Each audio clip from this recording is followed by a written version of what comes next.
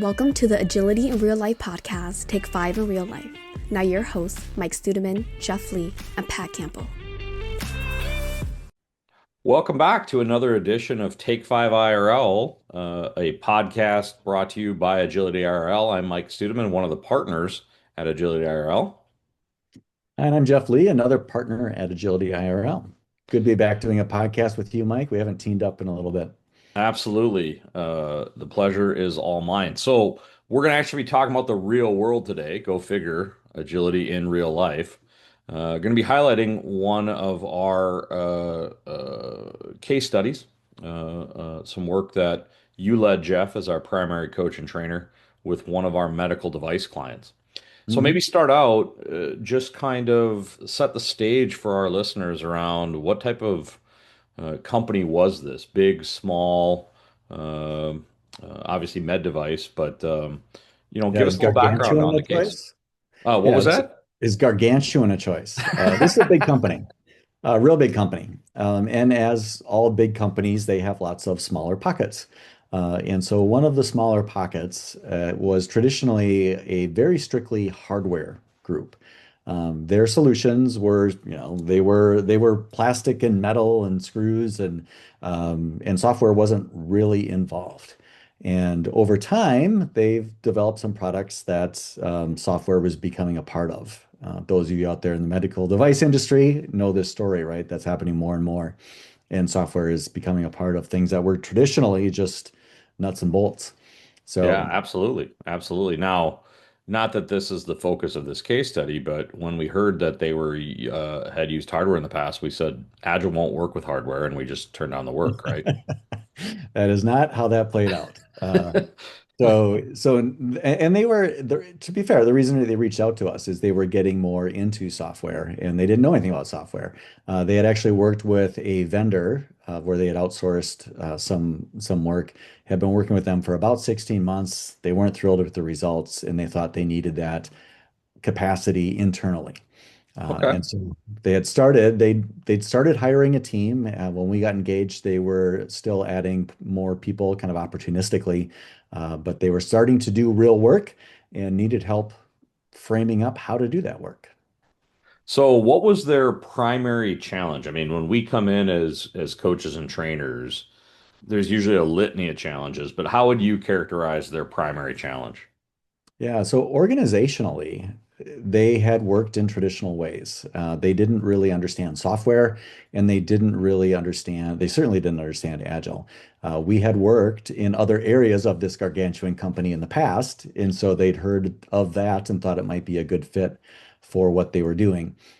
So there were really two areas, right? It was the leadership group needing to understand how to deal with this thing that's fundamentally different than hardware and in a medical device context, obviously. And then there was the team who had come from a variety of different places, some internal in other areas of the company that were working in traditional, not agile ways, and also some people they'd hired from other companies who knew software development, knew agile, but didn't have the medical device part of that. So we have varying backgrounds in terms of what Agile is, what Scrum is. They weren't getting to, I assume they weren't getting to done every sprint. It was kind of Waggle-ish, to use a Yes. made-up word. So what was our prognosis for this patient, to use a medical term, since we're talking med device? Very good. Yeah, the first thing to do was get them aligned on a common idea of what good looks like. And so we did that through training. We did a couple of classes. We did the Applying Professional Scrum class for the team, product owner, Scrum Master, to really understand what does Scrum look and feel like. It's a class it's probably the class that I teach the most often and really give people that hands-on experience of using Scrum.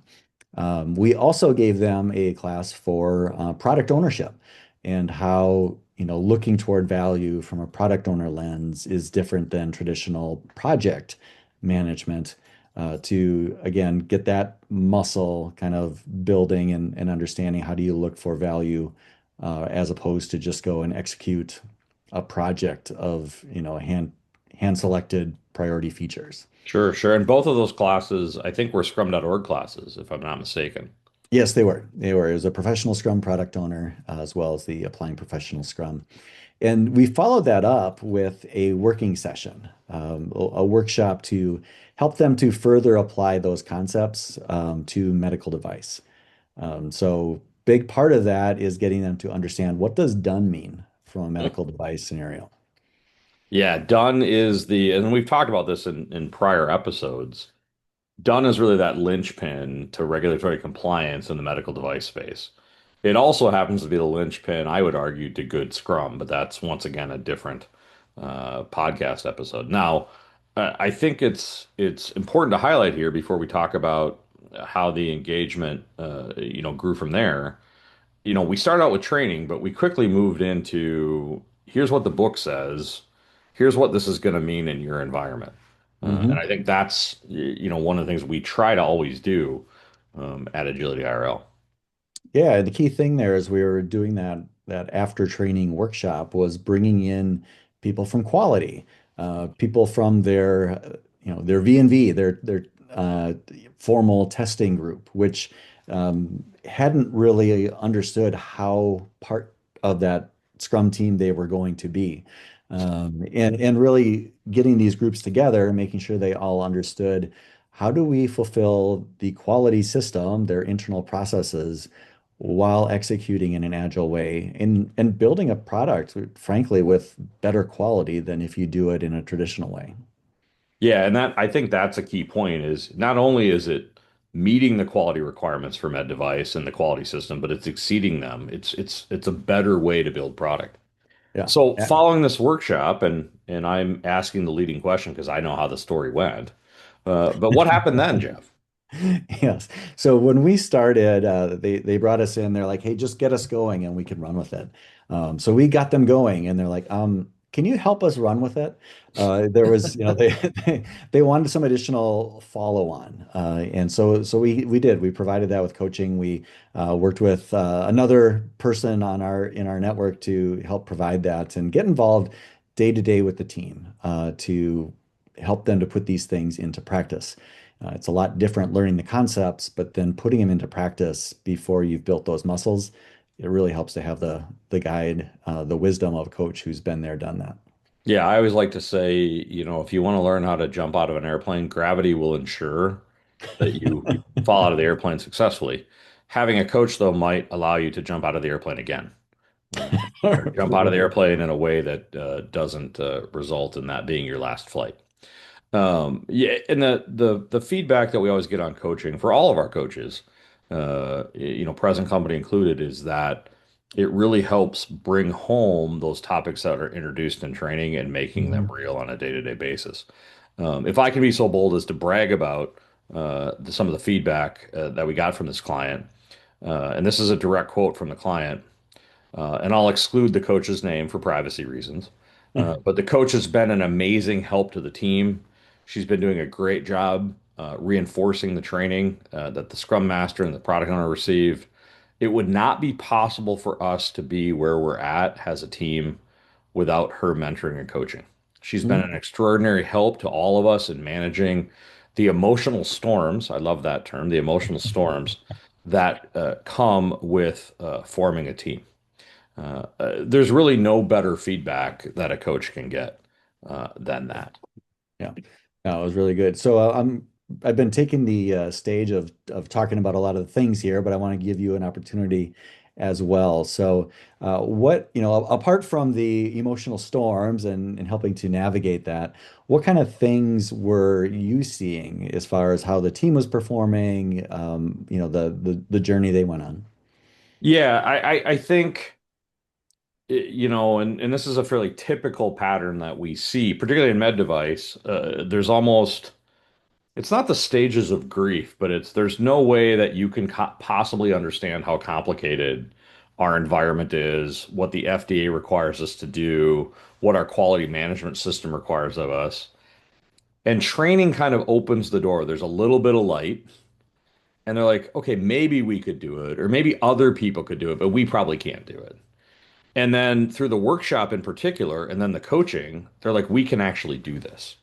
It might seem trite to those that are working in a non-regulated environment, but seeing a med device team getting to done every sprint with all their quality documentation ready to Hmm. go Yeah.